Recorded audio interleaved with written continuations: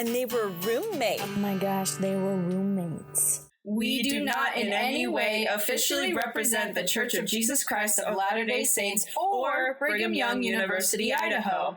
All opinions expressed belong solely to the hosts of this podcast. Hello, this is Chelsey. Hi, and this is Connor. And this is And They Were Roommates. Episode 2. So yeah, there's a lot of things in the first episode that we realized we should probably change, but you know what? It's probably going to keep changing the more we realize what our mistakes are. This is a constantly evolving project of ours, so... Yeah. So, let's start with news from the junk drawer. You had something that you were very excited about. I am. Well, also terrified. So recently, I don't know if you guys saw this, but... they just discovered an Asian hornet. Supposedly it's like the biggest hornet in the world, and they found it in Washington, actually. Uh-huh. And the reason why they found it is because this farmer discovered decapitated bees around his like honey boxes or whatever. Yeah. And he was like, what the heck is this? And they discovered this, what they call a murder hornet, which is horrifying. Just something that sounds like something that was named on Tumblr or something. My username is Murder Hornet. 320. 320, yeah, 420. But yeah, so that's cool. Not only do we have like a coronavirus and a cat remake and all this stuff, we're going through a lot right now. Yeah, that's very interesting because the minute that you said decapitated bees, I was like, yep, sounds about right, because that is a problem with beekeepers finding that wasps are killing their bees. So that's interesting. Do they know how it might have traveled? No, they're still trying to figure that out. But I did discover, so I found out that American bees don't really have a lot to like protect themselves against hornets. That's why like they can take out whole colonies or whatever. But I did discover that Japanese bees have developed a defense against these hornets. Mm-hmm. And what they do is the scout hornet will like leave a pheromone next to the hive, and so then the bees will sense that and they'll develop a trap. So they'll leave the hive open for the hornet to go in, and when the hornet goes in, they all swarm. Yeah. And then they start like shaking their like flying muscles or whatever, and so it creates like a mass ball of heat that the bees can withstand but the hornet can't, and so then and also takes away the like carbon dioxide emissions so that they can't breathe, so they literally cook and suffocate the hornet to death. Interesting. And some of the bees do die in the process, but ultimately they destroy a predator. Yeah, that's interesting. Yeah, super cool. That's interesting because beekeepers have been trying for years to figure out ways to protect their bees, especially against wasps. Mm-hmm. That's a big thing. That's how Africanized honeybees came to be a problem in the U.S. because they're kind of aggressive. Yes, they are very aggressive, but that's why they wanted to bring them over, because they fight back against the wasps. They're more hardy. Unfortunately, they are very, very aggressive. And attempts to breed them with kind of European or maybe Russian, Italian bees have proved not. They will just kill. If you try to integrate a differing queen, they just kill them. Wow. So that's interesting.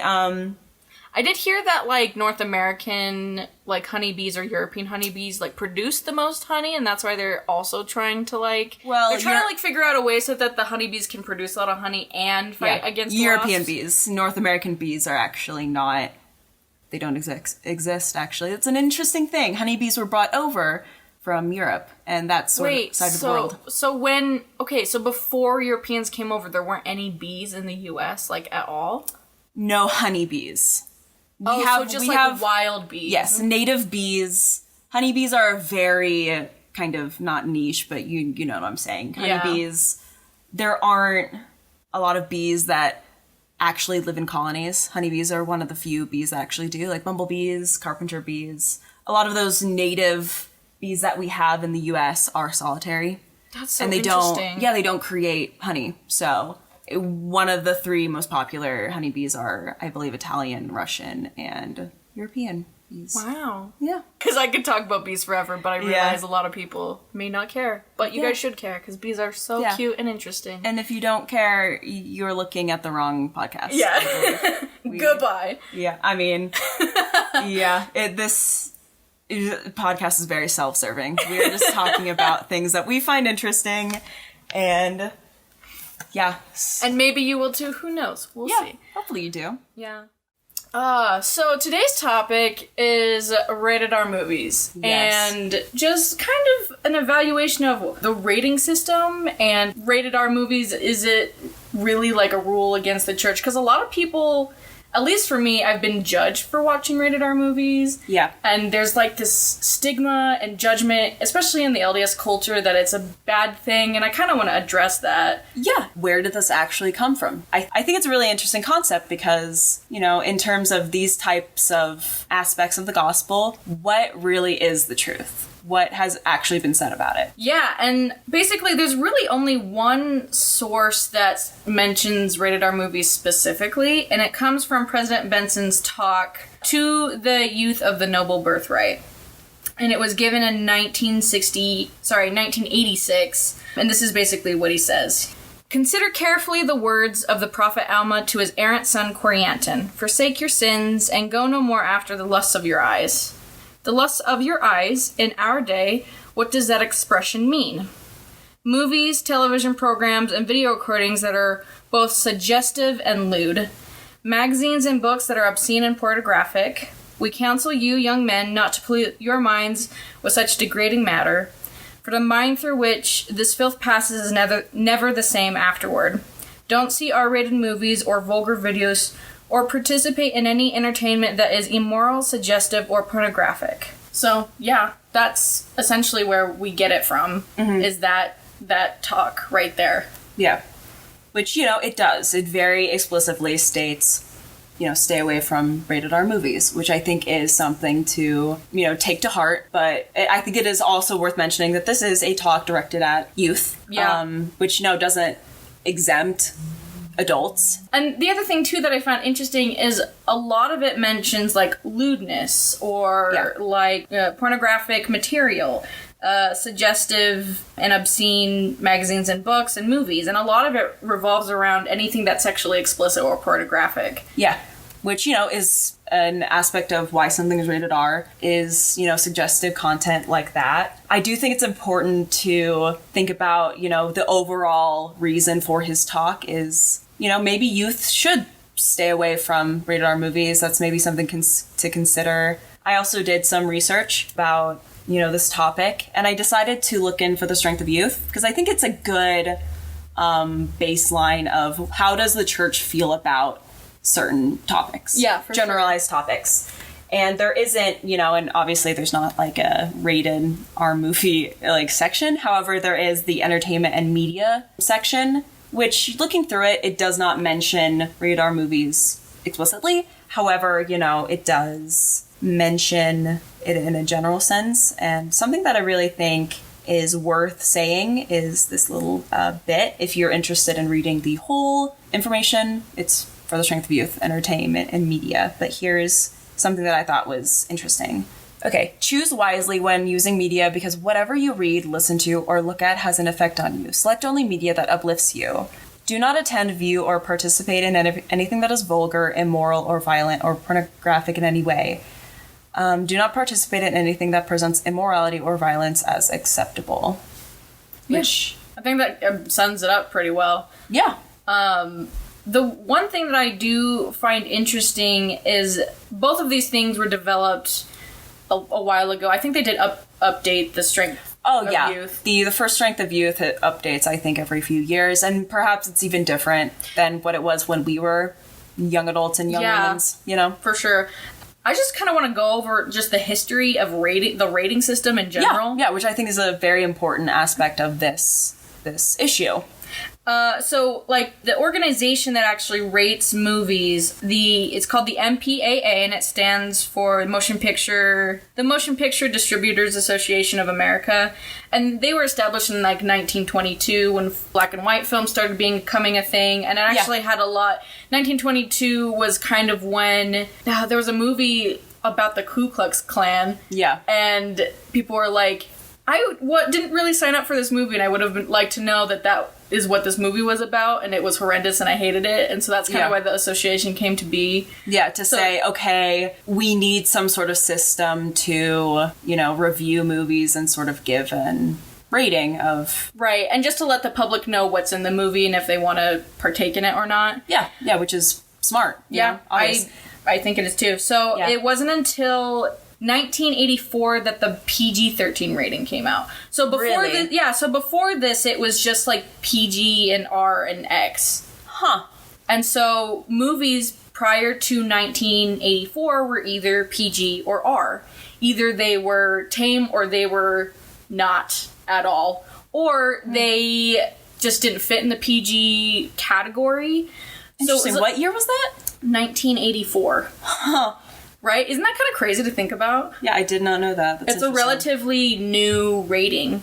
Mm-hmm. That just goes to show that, like, this system is ever evolving, ever changing, and, that's the nature of things like that. For sure. And so the talk by Benson was given 2 years after the PG-13 rating was invented, essentially. Oh, really? Yeah. Huh. So in the 80s, when this talk was given, when there were rated R movies, almost every single rated R movie had some kind of pornographic element in it. Yeah. Because it was, like, rated R, so they could do that, Yeah. And so and a lot of times they put it in there because they're like, oh...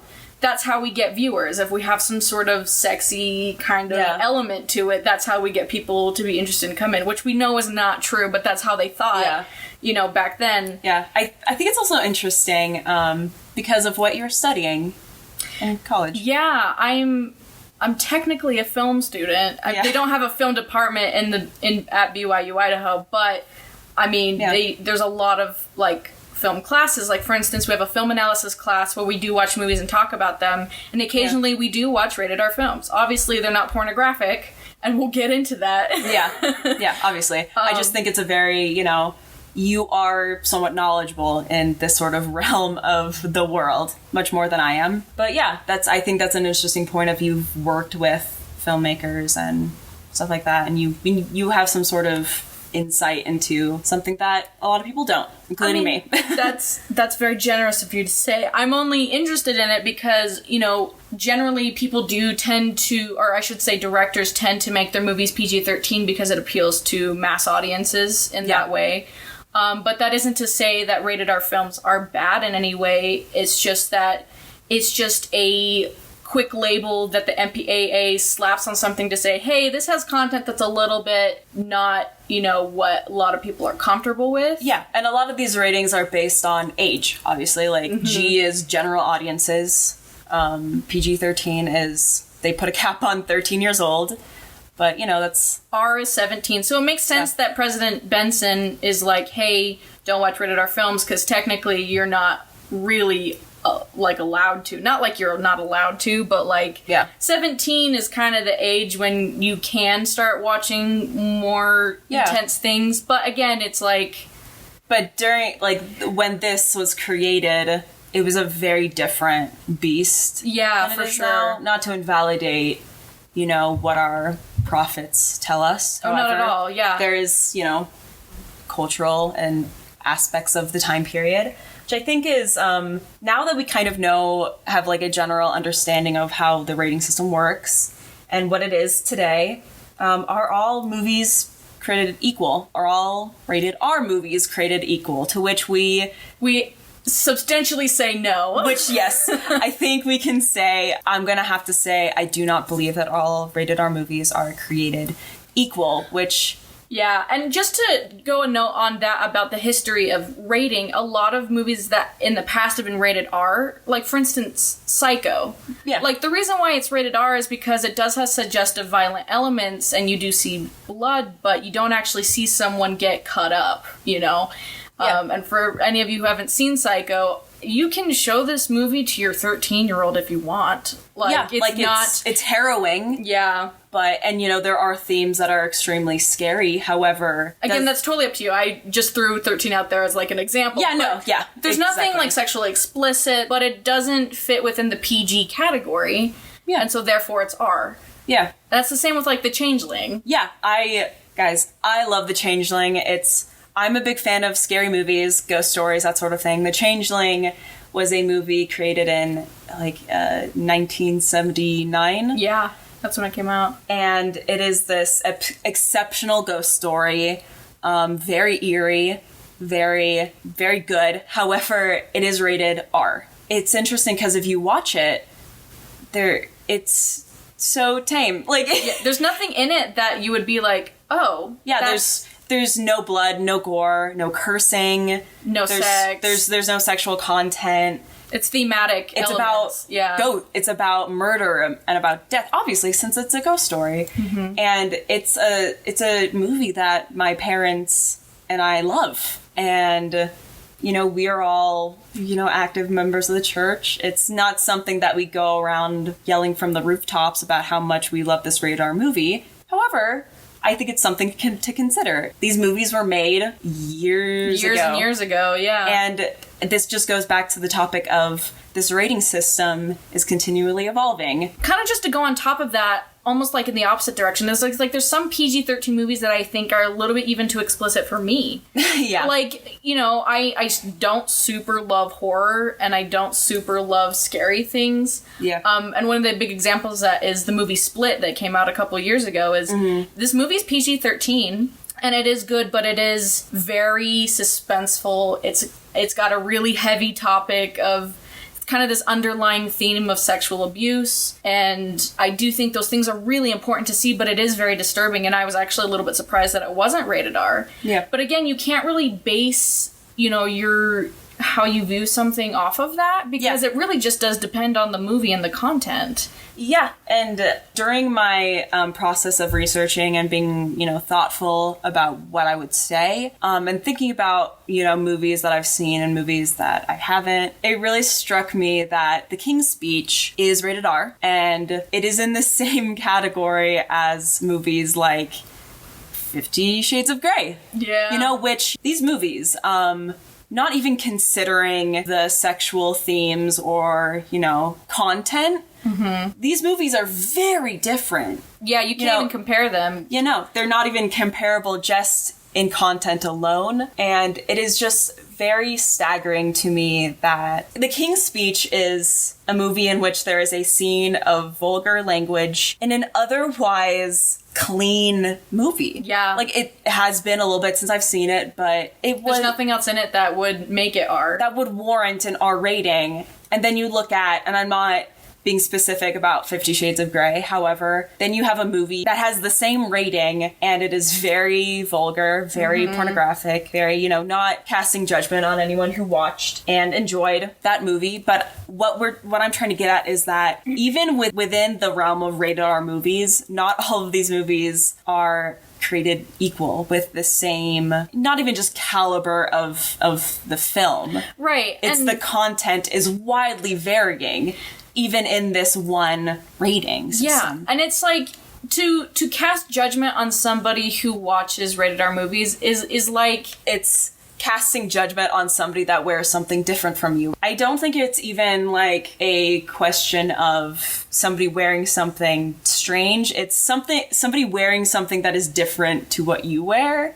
Reflecting on, what we've talked about, it's obvious that the rating system is flawed. It's unreliable, it's ever evolving, and with that idea, what do we do now? Well, and the big, I think, thing that the church wants to emphasize is staying away from pornographic material. Yes, that is a big... That is a big thing. And sometimes rated R movies can be that slippery slope where just, you see a nude body and then nothing happens. But then you might be curious to see more and then go down a rabbit hole. And obviously you need to know yourself of just like... Are you susceptible to these things? Obviously, if something makes you uncomfortable, people are going to understand. And, if you're like, you know what, I don't want to see that movie because I just... Not for me, thanks. Yeah, I'm not into it. And normally people are really understanding about that stuff. If people dig into you about, like, well, why? You can blatantly say, like, it's not my scene. It's nobody's business why you do things or why you don't do things. Right, and the thing is, too, is, like, when you say, oh, I don't want to watch that because it's rated R, it's just kind of a shallow excuse. It has to be about the content itself. Yes, I think, that cap of, oh, I don't watch rated R movies because I don't watch them, I think is a very easy sort of barrier. And if you need that, like you said earlier, Chelsey, somebody seeing a nude body could affect them differently than it affects somebody else. And that's perfectly fine. And they may not have asked for that, Yeah, no. And it's nobody's business to say, well, that's not my issue. Going back to the King's Speech, I am not somebody who's easily bothered by swearing, but other people are different. And I think that's totally fine. I think it becomes a problem when we assign these issues to... well, I don't do it because of my religion, which I think there's a danger in that because that's a very generalized statement. I think what should be said is, I don't watch that movie because it's pornographic. Like, I don't watch that movie because I am uncomfortable with gore. I don't watch that movie because swearing is uncomfortable. I think all of this comes down to personal reflection and what is good for me. Right, and I think it also comes down to your age and what you can handle. Because, like, when President Benson gave this address, it was to the youth, and it was about, making sure you keep your brain clear from violence and lewdness and all this stuff. And definitely, the rating system is based on age. There's things that you can handle as an adult that you can't handle as a kid. Yeah, and that might, stick with you, might affect it you differently. Like, I have a friend who, as a kid, for whatever reason, he saw a movie that had, naked bodies, and it really, and in a sexual suggestive way, and it really messed with his head. And later, he said, like, it really messed with me. It wouldn't super bother me now because I'm, in my 20s or whatever. Yeah, my brain is more developed. My brain is more developed, and I can easily look away and be like, oh, shoot, I'm not super into what this is about, Yeah. But as a kid, you don't really have that filter. And so, you do have to be more careful about that. But as an adult, first, you need to understand what you can handle and what you can't. If you're like, I hated people swearing at school all the time, I just don't want to be around it, then just be like, I'm not into that. I don't want to watch movies that have swearing in it. And a lot of movies do. So your options are, kind of limited, and that's up to you, and that's totally fine. And use VidAngel for all it's worth, Yeah. And then the other side of it is like, for me, I just try and research any movie I see beforehand. Yeah. Because if it has anything sexually explicit, if it has any gore for the sake of gore, I'm like, you know what? I'm not super into it. Yeah. It's not fun to be surprised. Yeah. It's not fun to be watching a movie and, something. It's nice to be prepared. Right. With anything. I really appreciate that President Nelson has really instituted an air of personal responsibility and personal study, and he's really instilling in us a sense that we are in charge of our testimony, we are in charge of the things that we do, and sort of breaking away from leaning on a sense of community for what's right and what's wrong. Instead of leaning on a list of check marks, hard and fast rules.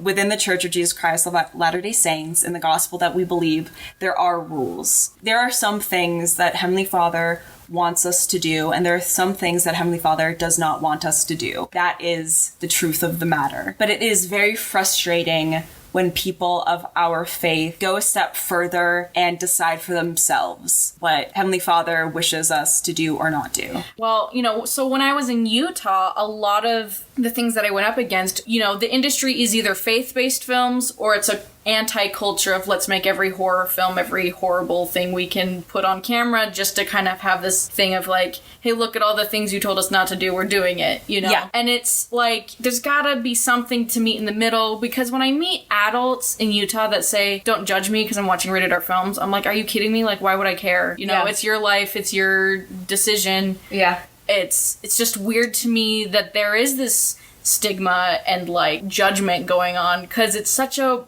umbrella statement to say don't watch rated R movies. Yes, I think you've totally hit the nail on the head. I think it's just important for all of us to, when we go about our daily lives, to sort of rein in kind of our judgment towards other people. And their decisions, like what they decide for themselves. Yeah, because the gospel, all of us are different.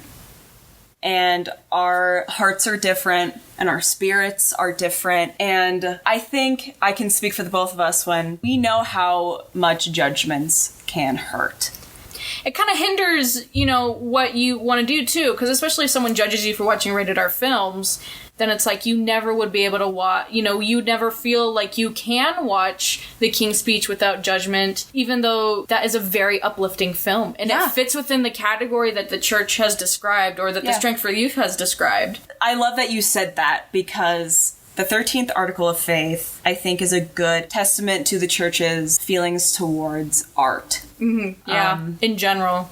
We've actually been discussing this in my humanities class of sort of an aspect of examining art. So I'm going to read just a little bit of the 13th Article of Faith. Do it. If there's anything virtuous, lovely, or of good report or praiseworthy, we seek after these things. Mm-hmm. And I think we should be developing a spirit in our religion to seek after things in this world that uplift us, that are praiseworthy. There are many things in this world that are not a direct correlation of the gospel of Jesus Christ, but they are still uplifting. And they're still praiseworthy and good. And teachable. Yeah. And I really think that going forward, we just need to examine ourselves and grow. And even if that means you stopping watching a TV show or movie, that counts too. Because I've had to do that too, where it's like, you know what? This is a bit much. And I realize it's affecting me negatively. Yeah. And that's part of it too. Yeah.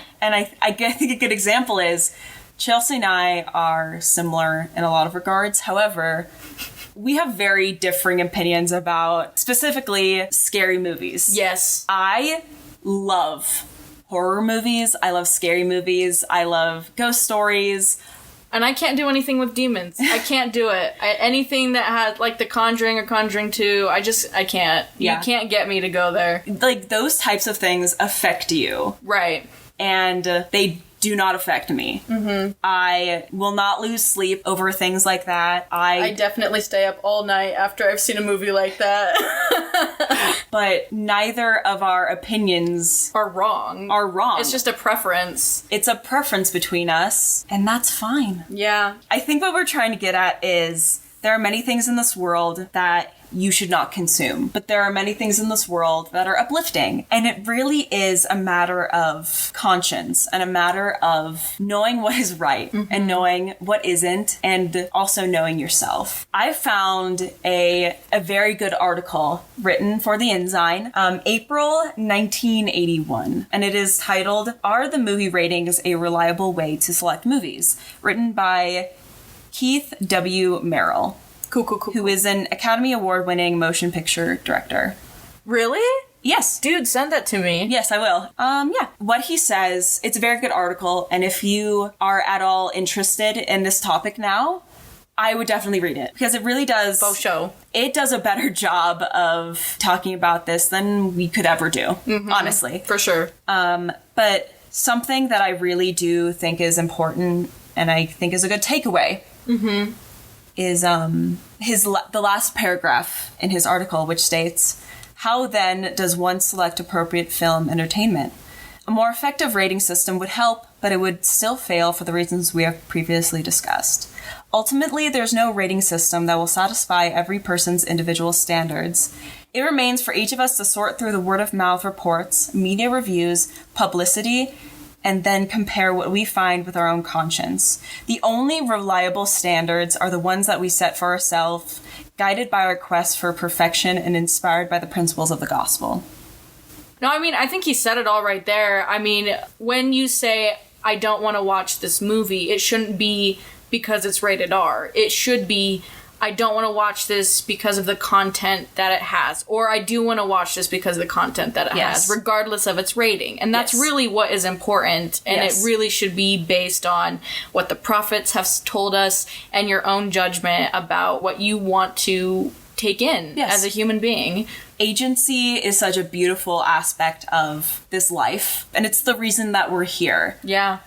And unfortunately, we stumble, but you are very powerful. And you have the ability to decide what is right and what isn't. For yourself, and, that'll ultimately help you come closer to Christ. And that's what the goal is. Yeah, so. Of everything. Yeah. Literally everything. Literally everything. Mm-hmm. Well, that about wraps it up for today. Yeah. Thanks for listening. Yeah, thanks for being here with us. This is a constantly evolving learning experience. Yeah, making mistakes and fixing it on the way. So, and just a shout out to people who told me things that I need to correct. Thank you. Please keep doing that. Yeah. We accept constructive criticism. Yes, because we need it. Yep.